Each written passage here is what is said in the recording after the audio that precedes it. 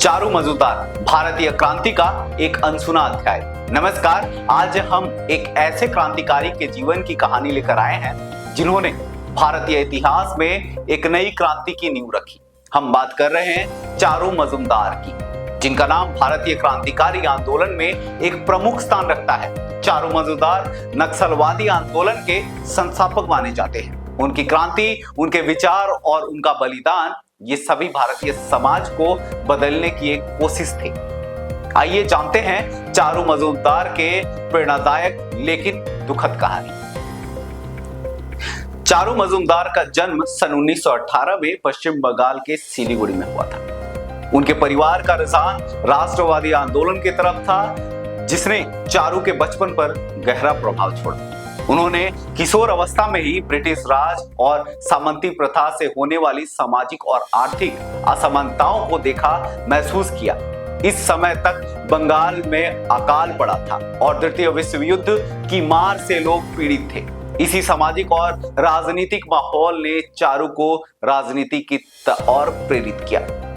अब बात करते हैं उनकी राजनीतिक यात्रा की शुरुआत। चारू ने अपनी राजनीतिक यात्रा की शुरुआत भारतीय कम्युनिस्ट पार्टी के साथ की और बंगाल के ग्रामीण इलाकों में गरीब किसानों के लिए लड़ाई लड़ी। उन्होंने सामंतवाद और जमींदारी व्यवस्था के लिए आवाज उठाई और ग्रामीण जनता में जागरूकता फैलाई। मगर धीरे धीरे चारू पार्टी के दृष्टिकोण से असंतुष्ट हो गए, क्योंकि उन्हें लगा कि पार्टी सुधारवादी रास्ता अपना रही है और असली बदलाव की कोशिश नहीं कर रही है। अब बात करते हैं नक्सलवादी आंदोलन और नक्सलवादी आंदोलन की शुरुआत कैसे हुई। 1967 में चारू मजूमदार और उनके साथी कानू सन्याल ने पश्चिम बंगाल के नक्सलवादी क्षेत्र में एक किसान विद्रोह की शुरुआत की। यह विद्रोह नक्सलवादी आंदोलन के नाम से प्रसिद्ध हुआ और यही नक्सलवादी आंदोलन का जन्म हुआ। चारू का मानना था कि असली बदलाव तभी आएगा जब ग्रामीण गरीब सामंतों के खिलाफ हथियार उठाएंगे और अपने हक के लिए संघर्ष करेंगे।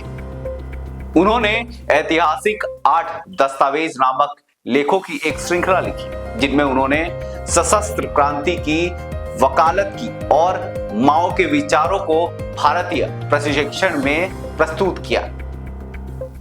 अब बात करते हैं चारू मजूमदार की विचारधारा क्या थी। चारू मजूमदार की विचारधारा मुख्यतः वर्ग संघर्ष और सशस्त्र विद्रोह पर आधारित थी। उनका मानना था कि भारतीय समाज में असमानता को खत्म करने का केवल एक ही तरीका है, वह है क्रांति। उनके अनुसार गरीब और मजदूर वर्ग के छोटे छोटे सशस्त्र समूहों के माध्यम से मजदूरों और शोषणकर्ताओं के खिलाफ लड़ाई शुरू करनी चाहिए। चारू ने इन विचारों ने युवा पीढ़ी को बहुत आकर्षित किया, खासकर छात्रों और नौजवानों को, जिन्होंने नक्सलवादी आंदोलन का हिस्सा बनकर चारू के सपनों को साकार करने की कोशिश की। आइए अब जानते हैं उनकी गिरफ्तारी और मृत्यु कैसे हुई। चारू मजूमदार की लोकप्रियता के साथ साथ नक्सलवादी आंदोलन भी कई राज्यों में फैल गया। हालांकि सरकार ने जल्द ही इस आंदोलन को कुचलने के लिए कठोर कदम उठाए।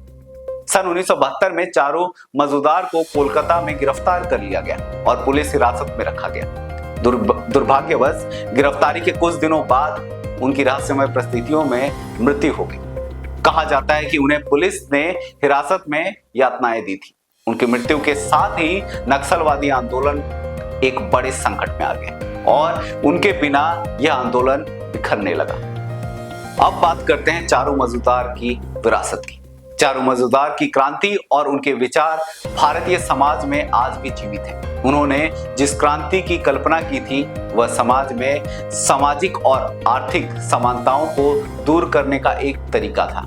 नक्सलवादी आंदोलन उनके विचारों से प्रेरित होकर आज भी कई जगहों पर सक्रिय है। चारू मजूमदार की जीवन गाथा हमें यह सिखाती है कि समाज को बदलने की कोशिश में समर्पण, संघर्ष और साहस की आवश्यकता होती है।